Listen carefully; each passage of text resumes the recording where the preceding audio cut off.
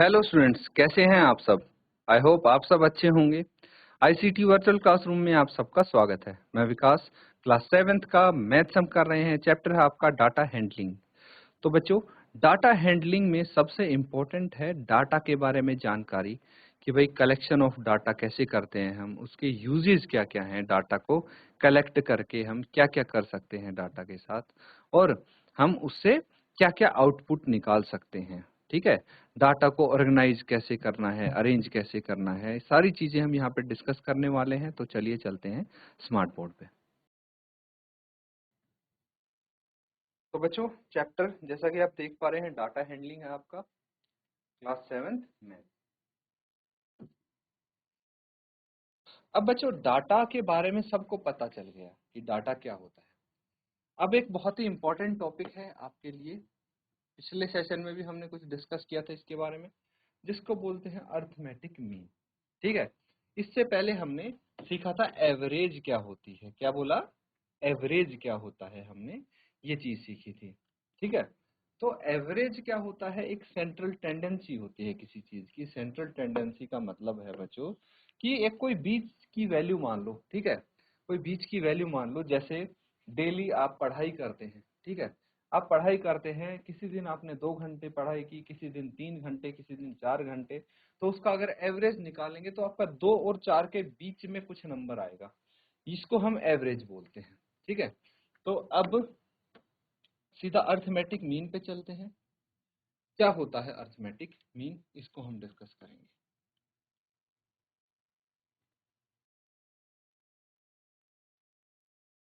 Note कर लीजिए बच्चों।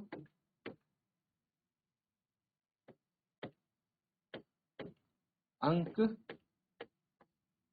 गणितीय, अंक गणितीय माध्य होता है आपका अर्थमेटिक मीन। ठीक है, अब क्या होता है डिस्कस करते हैं इसको। देखिए, different types of data need different forms of representative और central value to describe it. मतलब अलग अलग प्रकार के जो डाटा हैं उनको रिप्रेजेंट करने के लिए अलग अलग प्रकार के आपको सेंट्रल टेंडेंसी चाहिए। ठीक है, तो जिस प्रकार का डाटा है उस फॉर्म की आपको क्या चाहिए? रिप्रेजेंटेटिव या फिर सेंट्रल वैल्यू। अब देखिए, अर्थमेटिक मीन अगर कोई ग्रुप ऑब्जर्वेशन है, ठीक है, ग्रुप है ऑब्जर्वेशंस का और उसकी अर्थमेटिक मीन निकालनी है, तो हम क्या कर देंगे? अर्थमेटिक मीन निकालने के लिए sum of all observations divided by number of observation. ठीक है, तो जितने भी आपके पास ऑब्जर्वेशंस है, जैसे आपने कितने घंटे पढ़ाई की, किसी दिन 2 घंटे, किसी दिन 3 घंटे, किसी दिन 4 घंटे, तो आप क्या करेंगे? सबको ऐड कर देंगे। 2 घंटे, 2 घंटे, 3 घंटे प्लस 4 घंटे प्लस 2 घंटे, ऐसे करके जितने जितने आवर्स आपने डेली पढ़ाई की वो ऐड करके न्यूमरेटर में लिख देंगे। डिनोमिनेटर में नंबर ऑफ ऑब्जर्वेशन, यानी कितने दिन तक आपने पढ़ाई की है, वो नीचे आ जाएगा। The mean of group of observations is the value that is equally shared out among all the observation. Basically कहने का मतलब ये है कि हम यहाँ पे कोई ऐसी वैल्यू निकालते हैं जो सबके लिए सूटेबल हो, मतलब हर दिन के लिए एक सूटेबल बैठ जाए। ठीक है, वो हम ये बोल सकते हैं कि हर चीज के लिए, हर हर ऑब्जर्वेशन के लिए इक्वली वो शेयर्ड वैल्यू होगी। इसको नोट कर लें।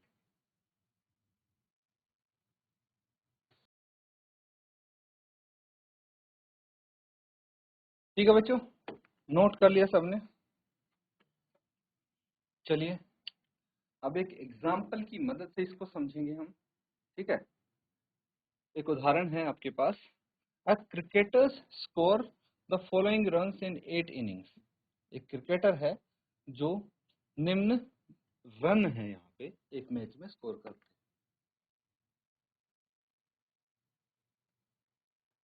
हैं। एक 8 इनिंग्स में उसने कुछ ऐसे रन स्कोर किए कि भाई 58 एक रन में उस क्रिकेटर ने 76, एक मैच में 40, एक में 35, एक मैच में 46, एक में 45, एक में शून्य पे ही आउट हो गया और एक में उसने 100 मारे। ठीक है, कितने? 8 इनिंग्स में। ठीक है, तो 8 इनिंग्स में उसने इस प्रकार से कुछ रन स्कोर किए हैं। फाइंड द मीन स्कोर, क्या निकालना है अब यहाँ पे? मीन स्कोर निकालना है। तो कैसे निकालेंगे? एक एवरेज स्कोर हम निकालेंगे। तो उसके लिए हमें सबसे पहले तो ये देखना पड़ेगा कि भाई पहली, दूसरी, तीसरी ऐसे करके अगर आठवीं इनिंग तक कितने कितने रन उसने स्कोर किए हैं। उसके बाद हमें मीन स्कोर निकालने के लिए क्या करना पड़ेगा? टोटल रन्स निकालने पड़ेंगे सबसे पहले। तो टोटल रन्स तो हम ऐड कर देंगे, जितने भी रन्स थे सबको। कितना आया टोटल इसका? 400। और इनिंग्स कितनी है? नंबर ऑफ इनिंग्स 8 हैं, तो 8 से इसको डिवाइड कर देंगे। और जो उसके मीन रन है, मीन स्कोर है उसका, वो कितना आया है? 50 आया है मीन स्कोर। ठीक है।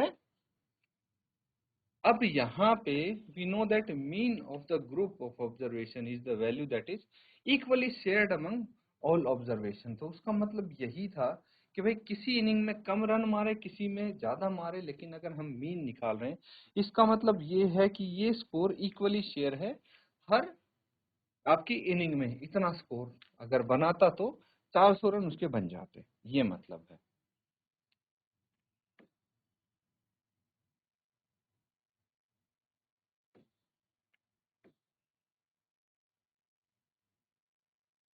अब आता है बच्चों एक और टॉपिक जिसको हम बोलते हैं रेंज।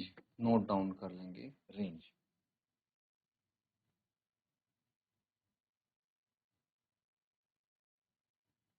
इसको बोलते हैं प्रसार। ठीक है, रेंज यानी प्रसार। द डिफरेंस बिटवीन, अब समझेंगे रेंज क्या होती है। Difference between highest and lowest observation. ठीक है, किसके बीच में अंतर? एक तो सबसे बड़ी ऑब्जर्वेशन और एक सबसे छोटी ऑब्जर्वेशन, इसी को बोलते हैं किसी भी डाटा की रेंज। कि मतलब हमारा डाटा कितने से लेके कितने तक जा रहा है। जैसे अभी हमने क्वेश्चन किया है कि एक प्लेयर है, ठीक है, 8 इनिंग में वो कुछ रन स्कोर करता है, तो सबसे कम रन उसके कितने हैं, सबसे ज्यादा कितने हैं, बाकी उसके बीच में है, तो ये एक उसकी रेंज हो गई। इसको बोलते हैं रेंज या फिर प्रसार। ठीक है। अब देखिए कैसे निकालेंगे range? Highest observation minus lowest observation, जो सबसे ज्यादा ऑब्जर्वेशन थी उसमें से लोवेस्ट ऑब्जर्वेशन माइनस कर लो। एग्जाम्पल, आउट ऑफ 100 एक स्टूडेंट है, ग्रुप ऑफ स्टूडेंट्स है जिसके मैथ्स में मार्क्स आए हैं, क्या आए हैं? 85, 76, और ये सब मार्क्स आए हैं उसके स्टूडेंट्स के। Find the highest and the lowest obtained marks. तो सबसे अधिक मार्क्स किसके आए हैं, मतलब कितने आए हैं? तो इनमें से देखेंगे 85 से बड़ा है कोई है, 90 है, तो 95 ये दिख गया, हाईएस्ट मार्क्स ये हैं। और लोवेस्ट मार्क्स कितने हैं यहाँ पे? 48 दिख रहा है, 39, तो लोवेस्ट 39। ठीक है। तो ये तो छोटा नंबर था, मतलब कम संख्या थी, इसीलिए हमने डायरेक्टली निकाल लिया है। अदरवाइज तरीका क्या है? ये जो मार्क्स ऑब्टेन है, मिले हुए मार्क्स हैं, इनको हम अरेंज कर लेंगे असेंडिंग ऑर्डर में, छोटे से बड़ा। तो सबसे छोटा ये हो गया, सबसे बड़ा ये हो गया, इजीली बता पाएंगे हम। ठीक है। इसीलिए जो डाटा है उसको अरेंज करना भी जरूरी है। अब दूसरा क्या है? Range of the marks obtained. तो रेंज निकालना तो अब आता है आपको, कैसे निकालेंगे? अरेंज कर दिए तो हाईएस्ट और लोवेस्ट मार्क्स आ गए। अब रेंज निकालना है तो हाईएस्ट और लोवेस्ट के बीच में अंतर बताना पड़ेगा हमें, डिफरेंस कितना है। तो 95 माइनस 39 अगर हम करेंगे तो रेंज आ जाएगी इसकी 56। अब तीसरा पॉइंट है मीन मार्क्स। तो वो भी आपको निकालना आता है, total number of marks obtain divided by number of student, यही है। अब सारे मार्क्स को ऐड करना पड़ेगा, जितने भी मार्क्स मिले हैं इन सबको ऐड कर देंगे। 730 आया, और टोटल 10 स्टूडेंट है तो 73 आपका आंसर आ गया। ठीक है, नोट कर लेंगे इसको।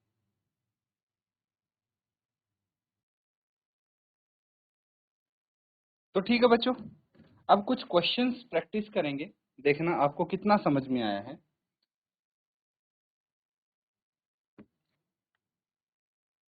तो यहाँ पे क्या दिया गया है?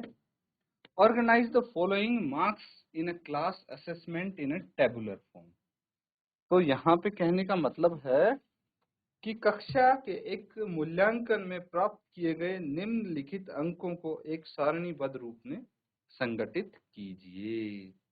मतलब कुछ मार्क्स हैं जो क्लास असेसमेंट में मिले हैं, ठीक है, कक्षा के एक मूल्यांकन में ये अंक दिए गए हैं, मिले हैं स्टूडेंट्स को, और इसको आपको एक टेबल की फॉर्म में सारणीबद्ध रूप में अरेंज करके लिखना है, ठीक है। तो एक टेबल बनाइए और उसमें ये मार्क्स लिखेंगे। उसके बाद हम इनको जो क्वेश्चंस नीचे दिए हैं उनको सॉल्व करेंगे।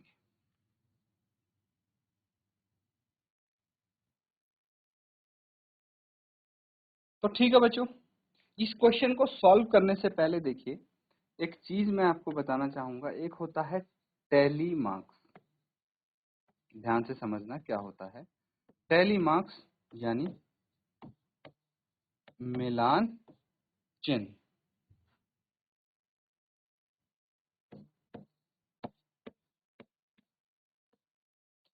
मिलान चिन्ह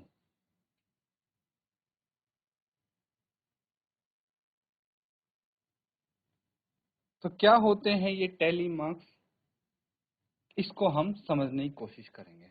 देखिए टैली मार्क्स ये होता है कि कोई भी नंबर, ठीक है, कोई भी नंबर जब रिपीट हो रहा हो बार बार, ठीक है, रिपीट हो रहा हो बार बार मतलब है कि देखिए जैसे यहाँ पे आपको कुछ मार्क्स दिए गए हैं, ठीक है, और अगर हम देखें तो जैसे 5 है, यहाँ पे दिख रहा है 5, फिर यहाँ पे है, फिर यहाँ पे है, तो हम कैसे लिखेंगे भाई? अंक प्राप्त किए गए स्टूडेंट से तो लिख देंगे 1 2 3 4 जो भी हैं, पर एक अंक कितने बच्चों को मिला ये हमें दर्शाना पड़ेगा।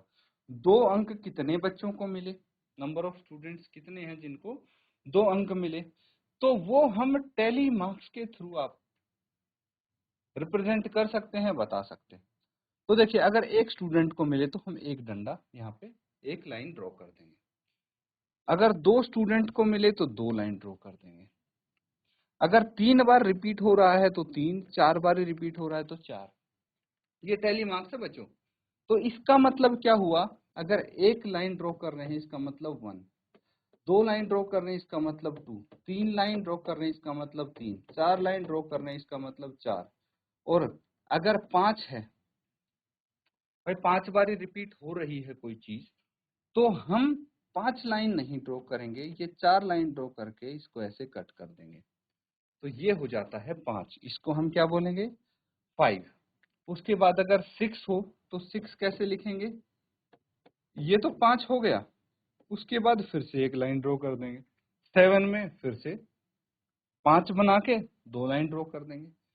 ऐसे करके इनको हम बोलते हैं मिलान चिन्ह यानी टैली मार्क्स।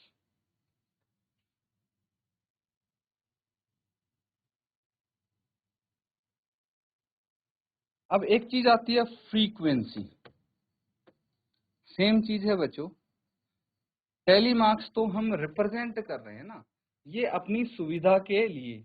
अब डायरेक्टली आप लिख सकते हैं काउंट करके कि 5 कितनी बारी आपका रिपीट हुआ है, तो कोई चीज जितनी बारी भी रिपीट होती है उसको बोलते हैं फ्रीक्वेंसी या फिर बारंबारता। क्या बोलते हैं, बारंबारता या फिर फ्रीक्वेंसी, ठीक है। तो जो टैली मार्क्स आएगा ना उसी को काउंट करके आप फ्रीक्वेंसी में लिख देंगे। क्वेश्चन को करते हैं, अच्छे से समझ पाएंगे आप। तो सबसे पहले हम लिखेंगे यहाँ पे सीरियल नंबर, ठीक है, ये सेकंड आपका क्वेश्चन हो गया, तो यहाँ पे लिख लेंगे सीरियल नंबर, ठीक है। ये हो गया 1 2 3 4 5 6 7 8 9, ठीक है। फिर लिखेंगे मार्क्स, किस बच्चे के कितने मार्क्स आए वो हम यहाँ पे लिख लेंगे।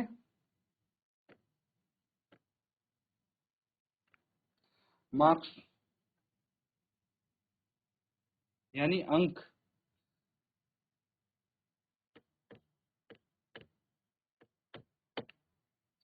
तो मार्क्स कितने से कितने तक हैं, कुछ बच्चे हैं जिनका 1 मार्क्स है ना, कुछ बच्चे हैं जिनके 2 मार्क्स होंगे, फिर 3, फिर 4, फिर 5, 6, 7, 8 और 9। ठीक है, उसके बाद हम इनको रिप्रेजेंट करेंगे टैली मार्क्स की हेल्प से, यानी मिलान चिन्ह।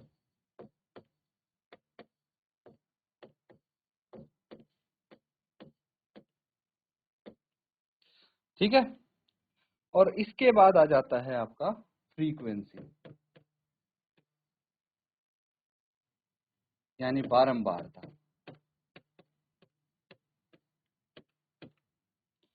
चलिए अब शुरू करते हैं।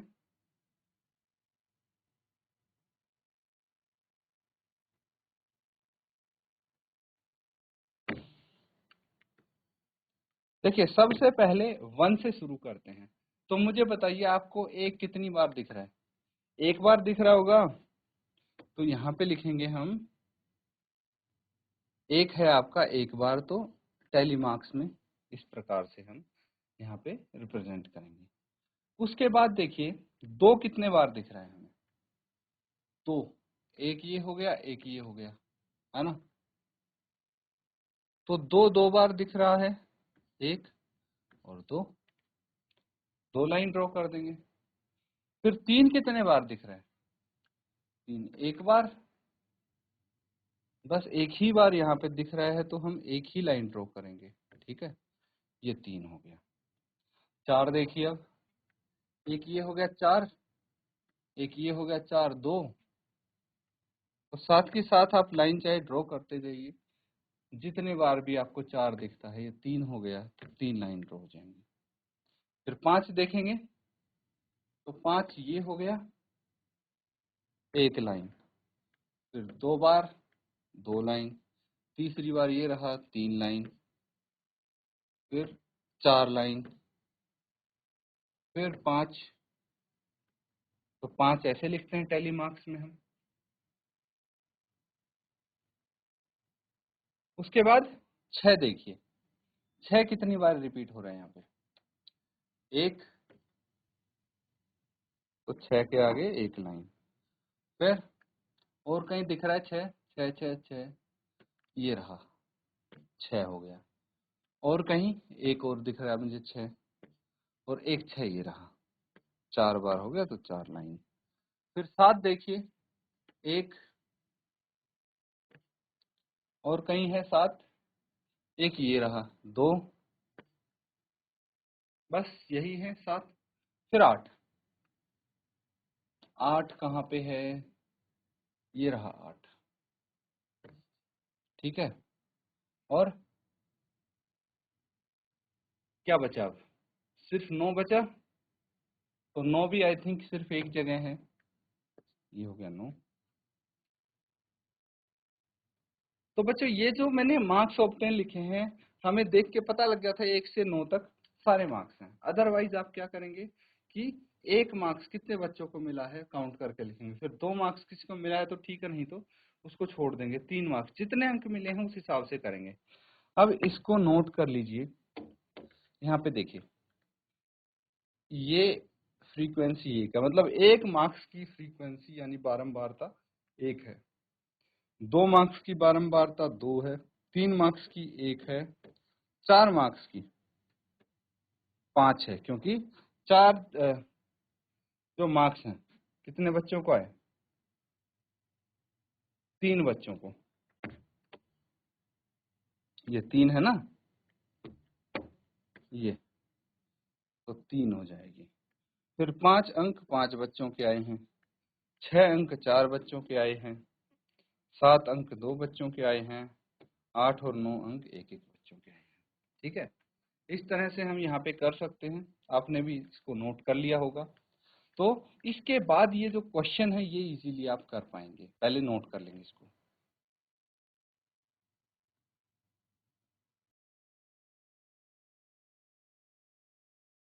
तो बच्चों, जो ये मार्क्स ये यहाँ पे देख पा रहे हैं आप, 4 पार्ट इसके, ये टेबल हमने बनाया है, इसको देख के आपको ये सॉल्व करने हैं। जैसे हमने एग्जांपल्स में किए थे, बिल्कुल वैसे ही। तो ये होमवर्क के लिए दिए जा रहे हैं आपको, होमवर्क में इनको कंप्लीट करेंगे।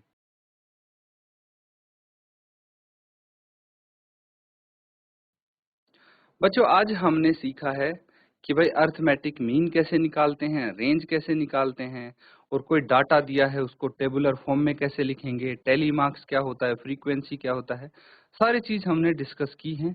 तो इनको अच्छे से रिवाइज करेंगे, आप होमवर्क कंप्लीट करेंगे। इसी के साथ आज का सेशन यहाँ पे एंड करते हैं। Thank you and have a nice day.